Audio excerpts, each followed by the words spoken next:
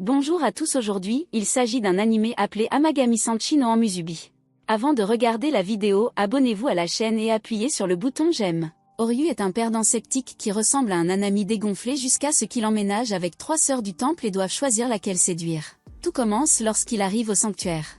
Les touristes pensent qu'il prie peut-être les dieux pour réussir ses examens, mais Oryu ne croit pas à tout ça. Il préférerait traîner avec Tom Cruise et les autres adeptes de la science. Il se dirige ensuite vers le temple pour se présenter, mais personne ne semble être là. Oryu décide de jeter un coup d'œil lorsqu'il entend le bruit de filles qui se changent dans la pièce voisine. Il échappe de justesse à la scène classique où il marche accidentellement dans une situation embarrassante, mais la porte s'ouvre soudainement, et 3 déesses du scénario apparaissent un instant. La porte se referme aussitôt, et Oryu espère pouvoir faire comme s'il n'avait pas vu une seconde système solaire, mais les filles reviennent pour le punir de son voyeurisme. Les filles s'avèrent être des prêtresses du sanctuaire, et Oryu explique ensuite qu'il est censé emménager avec elles. La sœur Tsunder refuse d'accepter qu'un voyeur vienne vivre avec elle, alors Oryu demande au prêtre de le prouver. Malheureusement, leur grand-père ne reviendra que le lendemain. Les filles se présentent ensuite. Il y a Azadi, la plus jeune sœur qui cache son désir de perdre sa virginité, YA, la sœur aînée qui semble toujours sous acide, et Yuna, qui a un avenir prometteur de Karen. Oryu est reconnaissant qu'elle soit toute bizarre, ce qui lui évite de devoir faire semblant d'être gentil avec elle. Son seul intérêt est dans les pages de son livre. À ce moment-là, Yuna le prévient à contre-ségur qu'il devra bien se comporter s'il espère avoir à dîner. Plus tard, YA montre à Oryu sa chambre, affirmant l'avoir nettoyée pour lui. Cependant, lorsqu'elle ouvre la porte du placard débordant, Oryu se précipite pour la sauver d'un tas d'ordures. Yuna arrive pour vérifier et trouve Oryu enseveli sous les formes généreuses de YA, ce qui déclenche la colère de Yuna. Plus tard, Oryu retourne à ses études quand Azadi apparaît et lui propose de mieux faire connaissance. Lorsqu'Oryu refuse sa compagnie, Azadi s'inquiète que son équipement dans le pantalon ne fonctionne pas correctement. Elle décide alors de fouiller dans ses affaires pour prouver qu'il est capable de se lever la nuit. Oryu essaie de l'arrêter, mais il glisse sur un short et tombe directement sur elle. Quand Yuna entre pour vérifier, elle trouve Oryu trop proche du noix d'Azadi et se transforme en Godzilla. Plus tard, Oryu peine encore à étudier, alors il décide de faire une pause toilette. Voyant une lumière allumée dans l'une des chambres, il va vérifier qui est encore debout et trouve Yuna étalée par terre. Pour éviter qu'elle attrape froid, il prend une couverture pour la couvrir, mais Yuna se réveille au mauvais moment et pense qu'il a de mauvaises intentions. Elle panique, ce qui amène les autres sœurs à entrer et à les trouver en pleine partie de twisté corporel. Elle referme la porte pour préserver leur santé mentale, mais Oryu tente d'expliquer qu'il préfère sa main aux filles, ce qui pousse Yuna à lui jeter du sel pour chasser le mal. Ensuite, ils s'assoient tous ensemble, et Oryu demande ce que Yuna faisait debout si tard. Il remarque les papiers sur la table, alors les filles expliquent qu'il s'agit de talismans en Mamori. Yuna insiste sur le fait qu'elle a dû le faire seule, pour que les mains tachées de sperme d'Oryu ne les touchent jamais, ce qui pousse Oryu à demander pourquoi elle irait si loin si cela ne rapporte pas d'argent. À cela, les filles commencent à tirer les fils rouges de leurs cheveux, expliquant que les prêtresses aident à relier les personnes qui ont besoin d'aide aux dieux. Ensuite, elles font leur prière avec le fil rouge enroulé autour de leurs mains. Oryu demande si le fil est nécessaire, alors elles expliquent que ces fils sont quelque chose que leur mère a laissé derrière elles. Même si leur mère n'est plus là maintenant, le fil les aide toujours à se connecter à elle. Yuna demande à Oryu ce qu'il faisait, alors il dit qu'il étudiait comme d'habitude. Lorsqu'il dit qu'il essaie d'entrer dans une prestigieuse école de médecine, les filles sont surprises qu'il ne veuille pas simplement se masturber à mort. Les filles lui disent que certains des dieux sont censés accorder du succès dans les examens, et qu'ils sont en saison de miracles. Apparemment, une pluie d'étoiles magiques va bientôt avoir lieu, et la légende dit que si tu laisses la poussière d'étoiles tomber sur toi, ton vœu se réalisera. Lorsqu'Yuna lui assure que les dieux entendront sûrement sa prière, Oryu qualifie cela de connerie. Alors qu'Oryu explique que l'impact d'une météorite te réduirait en crêpes, Yuna devient pâle de son blasphème. Pour aggraver les choses, Oryu insiste sur le fait qu'ils doivent avoir des contes de fées pour cerveau, ce qui pousse Yuna à perdre son calme et à essayer de faire un rituel pour maudire le fou. Heureusement, Yao réussit à l'arrêter. Le lendemain, de plus en plus de visiteurs viennent au sanctuaire pendant qu'Oryu broie du noir sous un arbre, se lamentant sur le fait qu'aucun de ses charabia ne fonctionne. Soudain, il entend la tentative atroce de Yuna de parler anglais à une petite fille qui va maintenant rentrer chez elle avec des cauchemars. Oryu intervient et dit à la petite fille d'accepter le talisman en fluant, alors les filles le prennent avec plaisir et lui font un signe d'au revoir. Après cela, Oryu propose d'enseigner à Yuna un meilleur anglais, afin qu'elle ne fasse pas fuir les torsus étrangers, mais Yuna refuse de recevoir de l'aide de sa part. Cependant, elle le remercie d'être intervenue et promet d'étudier son anglais davantage. Soudain, un oiseau fond sur elle et lui vole son fil rouge. Yuna se souvient quand sa mère leur a donné ses fils rouges, et ils sont instantanément devenus des trésors. Maintenant, un gros monstre a volé avec.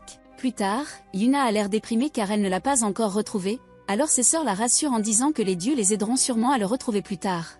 Oryu intervient alors et les gronde pour avoir tout laissé aux dieux. Il insiste sur le fait qu'aucune prière ne ferait réellement réaliser leurs souhaits et qu'ils devaient se bouger et le faire eux-mêmes. Yuna rétorque en disant que les dieux n'abandonnent jamais quiconque qui leur prie pour de l'aide. Alors qu'elle s'éloigne en colère, elle lui dit qu'il ne lui appartient clairement pas d'être ici. Oryu retourne dans sa chambre, pensant qu'il vaut mieux rester loin de Yuna. Cependant, lorsque les filles viennent vérifier, elles découvrent qu'il n'est plus là. Yuna s'affole immédiatement et elle se demande comment faire en sorte que les deux s'entendent. Malheureusement, Azadi était trop occupée à chercher du matériel de sperme d'Oryu pour écouter les inquiétudes de Yuna. Soudain, Yuna remarque une photo d'Oryu et de sa mère et Azadi lui rappelle ce que leur grand-père leur a dit. Apparemment, Oryu avait perdu sa mère quand il était jeune et s'était retrouvé dans un orphelinat. Elle conclut qu'il a probablement prié les dieux à l'époque, mais qu'il a reçu un doigt divin en retour. C'est pourquoi il ne croit plus en les dieux. Azadi assure ensuite à Yuna qu'elle et Oryu se ressemblent plus qu'elle ne le pense pendant que Yuna les écoute. Pendant ce temps, Oryu cherche dans tous les nids d'oiseaux qu'il peut trouver le fil rouge de Yuna. Après un échec, il décide d'essayer à nouveau le matin, mais il se rappelle les prières des filles et décide d'essayer. En même temps, Yuna cherche partout Oryu quand elle le trouve en train de prier pour qu'elle retrouve son trésor. Yuna se joint à lui et le félicite pour ses prières, alors Oryu s'excuse d'avoir été un imbécile plus tôt.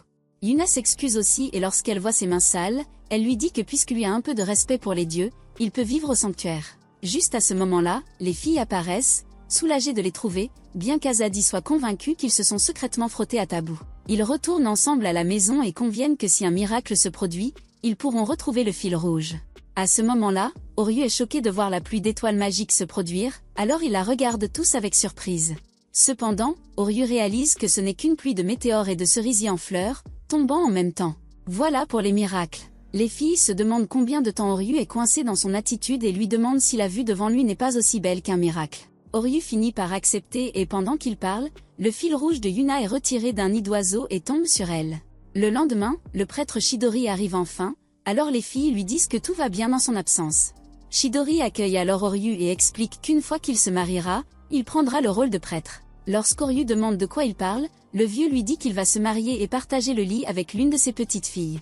Ryu s'y oppose immédiatement et dit qu'il avait seulement prévu d'être un pique-assiette. Il ajoute qu'il veut être médecin, pas prêtre, mais Chidori lui assure que le métier de prêtre est flexible et qu'il peut donc avoir 2 emplois. Les filles s'y opposent également, mais comme Chidori les ignore, Ryu insiste sur le fait qu'il ne veut pas aller jusqu'au bout. Chidori l'informe calmement qu'il a l'intention de le transférer dans une école qui augmentera ses chances d'entrer dans l'université de ses rêves. En entendant cela, Ryu le supplie de lui pardonner son insolence et lui demande combien de petits-enfants il veut. Chidori s'éloigne en riant, tandis que Yoryu prévoit de trouver un moyen d'échapper à toute cloche de mariage. Plus tard, les filles organisent une réunion anti-Yoryu dirigée par Yuna qui pense que le vieil homme doit être atteint de démence. Les autres filles conviennent qu'il serait bizarre de l'épouser à l'improviste et Yuna ajoute que Yoryu ne croit même pas en Dieu. Elles se demandent ce qu'elles peuvent faire et Yuna suggère de trouver un moyen de le mettre à la porte. L'opération commence et Yuna dit à Yoryu qu'il va falloir faire des travaux ménagers au lieu d'être un parasite. Sa première tâche est de cuisiner et Yuna lui montre un réfrigérateur plus vide que le cerveau de YE. Elle pense qu'il n'y a aucune chance qu'il puisse préparer quelque chose avec ces ingrédients, mais elle se ravise lorsqu'il lui présente un plat spécial de Gordon Ramsay. Les filles s'empiffrent rapidement et même si le repas était impeccable, Yuna dit qu'il n'est pas encore tiré d'affaire. Ensuite, il est obligé de faire la lessive. Yuna espère qu'il se pliera à la chaleur du soleil tandis que YE se demande si c'est une bonne idée de lui donner accès à leur couverture de parcelles. Étonnamment, Yoryu ne sourcille pas devant leurs vêtements intimes et c'est plutôt un défi pour les filles d'y assister. Après s'être mis dans l'embarras, Yoryu plie le linge en piles bien ordonnées qui donne l'impression qu'il est tout neuf. Cependant, Yuna insiste sur le fait que ce n'est pas encore fini et est obligée de sortir son arme secrète. Yoryu va devoir nettoyer la chambre de YE. La chambre de YE est l'image même d'une porcherie et Yuna lui souhaite bonne chance pour sa mission. Yoryu se demande par où commencer car son nez est souillé par quelque chose de pourri. Il découvrit que la source était des peintures à l'huile, car YE était un étudiant en art. Yoryu faillit y laisser sa vie, mais il finit par présenter une chambre étincelante de propreté. Y estima qu'il devrait le laisser rester dans la maison après lui avoir fait subir tout cela et Azadi ajouta qu'il pourrait aussi avoir besoin d'une servante. Lorsque Yuryu a entendu cela, il les a remerciés pour leur hospitalité de courte durée, mais s'il devait faire le ménage tous les jours, il ne serait pas en mesure de lire pour l'école de médecine. C'est pourquoi Yuryu fait ses valises et part réaliser ses rêves. Les filles se sentent mal à l'aise face à son départ, mais Yuna insiste sur le fait que leur plan a dû être un grand succès. Y et Azadi, quant à eux, semblent tristes de le voir partir. Plus tard dans le train, Yuryu s'est remis à étudier avec acharnement tandis que les filles le harcèlent en secret. Elle taquine Yuna pour sa mollesse, alors qu'elle n'y a voir un cœur. Elle se demande pourquoi Yuryu veut passionnément devenir médecin et pense que c'est probablement à cause de sa mère. La traque s'est poursuivie depuis la gare jusqu'à un endroit isolé où la piste s'est terminée par une maison hantée par des corbeaux et des chauves-souris. Yuna craint que Yuryu n'ait l'intention de vivre dans les bidonvilles parce qu'elle l'a mis à la porte, mais Yuryu se faufile jusqu'à eux et effraie Yuna.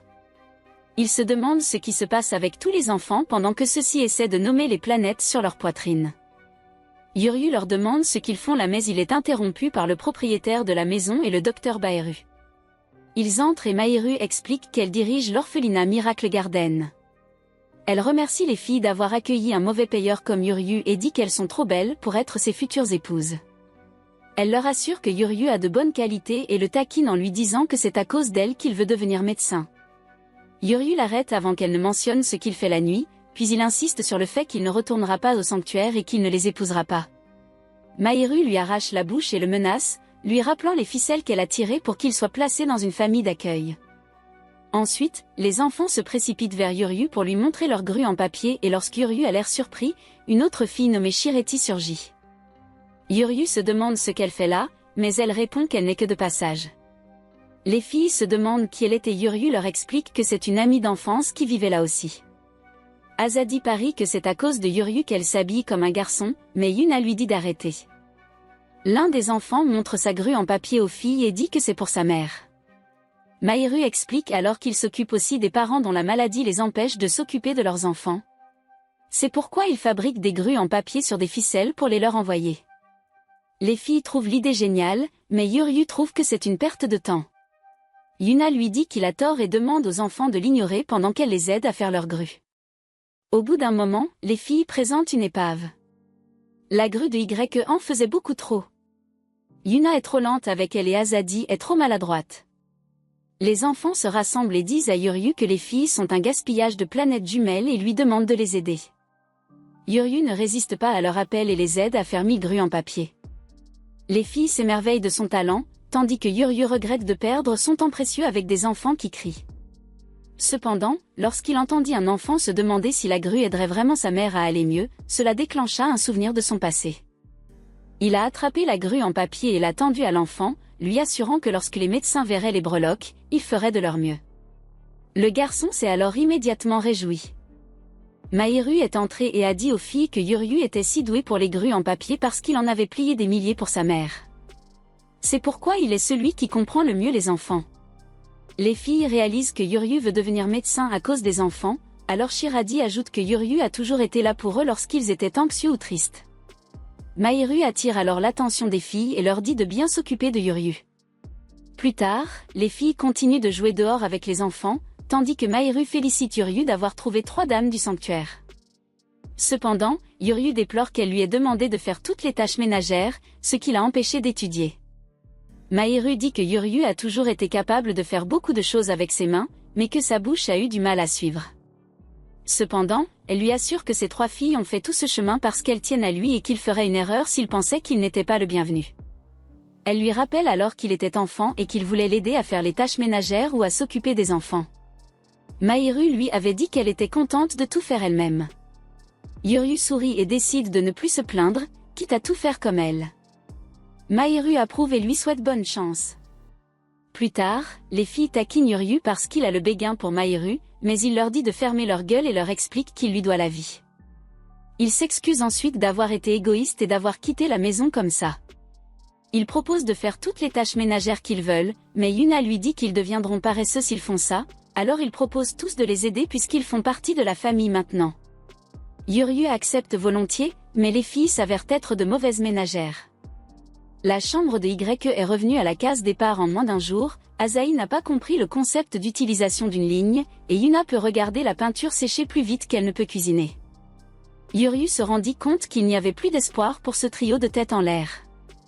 C'est alors que Chidori fait son apparition et dit qu'il est heureux que Yuryu se comporte enfin comme un successeur, mais que Yuryu a toujours l'intention de faire quelque chose à propos du mariage plus tard. Chidori suggéra alors qu'il devrait avoir une entrevue formelle de mariage avec chacune de ses petites filles afin d'approfondir leurs liens. Quelques jours plus tard, Chidori vient chercher Yuryu pour son premier entretien de mariage. Yuryu pense que les sœurs sont aussi peu intéressées que lui jusqu'à ce qu'il voit Azadi jouer son rôle à la perfection. Chidori annonce le début de l'entretien, alors Azadi informe Yuryu qu'il passera la journée avec elle. Chidori les laisse seuls, et Asta dit à Yuryu qu'il devrait en profiter pendant que ça dure. Elle commence alors à retirer ses robes, obligeant Yuryu à faire semblant de se protéger les yeux. Malheureusement, tout ce qu'il voit, c'est une planche plate qui veut courir. Peu après, Azadi et Yuryu courent ensemble, et elle lui explique que courir est pour elle comme respirer. Yuryu ne la prend pas au sérieux, alors elle le menace de le laisser derrière. Yuryu, sûre de lui, déclare qu'elle ne pourrait jamais le semer, jusqu'à ce qu'il soit à moitié mort 5 heures plus tard. En rentrant, il espère prendre une douche, mais trouve la porte ouverte, révélant la poitrine plate d'Azadi. Elle le taquine en disant qu'elle préfère l'air libre, mais Yuryu la traite de malade. Le lendemain matin, Yuryu se rend compte qu'il a trop dormi et blâme Azadi de l'avoir épuisé. Cependant, Azadi apparaît soudainement dans son lit et lui propose de poursuivre leur entretien avec un marathon matinal. Elle veut acheter de nouvelles chaussures de course. Yuryu l'accuse de l'utiliser, mais Azadi dit qu'elle doit dire à son grand-père qu'ils ont fait l'entretien. Yuryu voit que la salle de stockage est aussi en désordre que la chambre de YA, mais Azadi rêve d'être enfermée seule avec un garçon. Les dieux du scénario ferment rapidement les portes, les bloquant à l'intérieur. Azadi annonce que la vieille porte ne bougera pas. Yuryu cherche une solution, mais remarque qu'Azadi commence à mal fonctionner, contrairement à son attitude habituelle. Il se souvient alors de ce qu'elle a dit dans la salle de bain et comprend qu'elle a peur des espaces confinés. Elle tente de nier, mais quand Yuryu la voit trembler, il pose sa main sur sa tête pour la calmer. Il lui offre ensuite son dos pour qu'elle puisse s'accrocher pendant qu'il essaie de briser la fenêtre.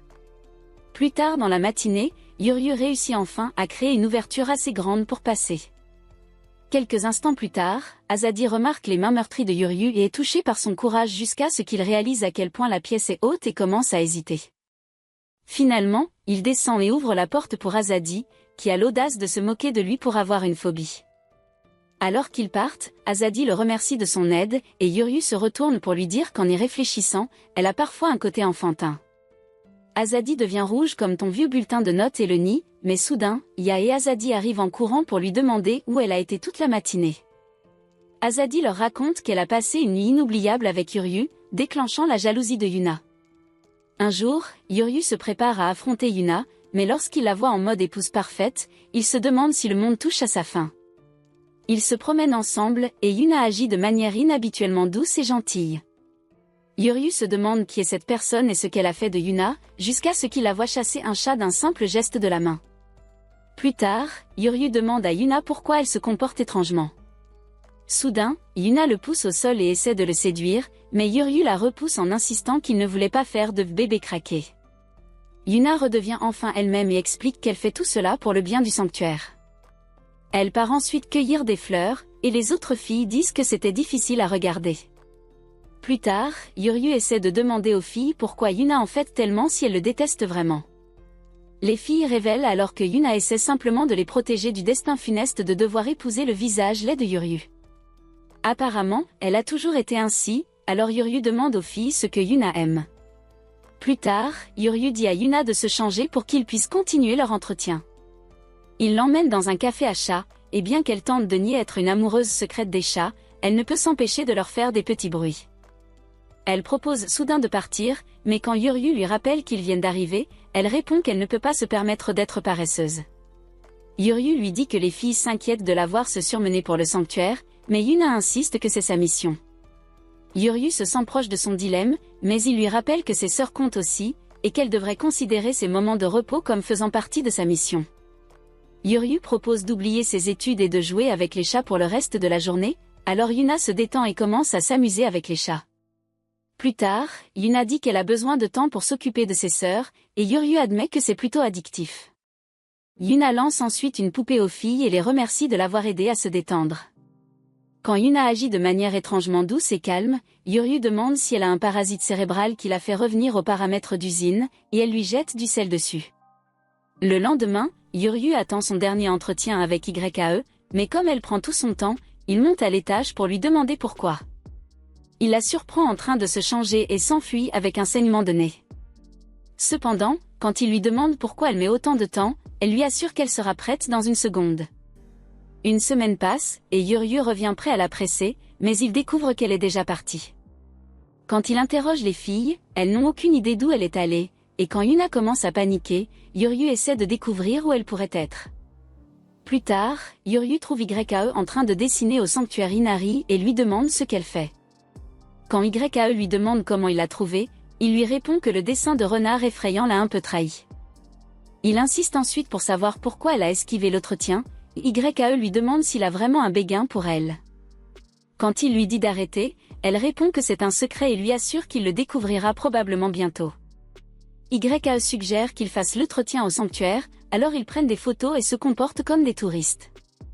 Une fois l'entretien terminé, YAE lui offre un charme pour repousser le mal en guise d'excuse. Alors qu'ils s'en vont, Yuryu se demande si YAE n'est pas plus qu'une simple tête en l'air, mais elle lui demande soudain qui il a choisi d'épouser. YAE énumère les qualités de Yuna et Asahi, mais dit qu'elle a quelque chose de beaucoup plus doux et rebondi à offrir. Yuryu est embarrassé et trébuche dans les escaliers, se voyant tomber en arrière. Sa vie défile devant ses yeux jusqu'à ce qu'il voit des souvenirs qu'il ne reconnaît pas, laissant entendre qu'il épousera les 3 sœurs. Il se réveille alors et se rend compte que tout n'était qu'un rêve.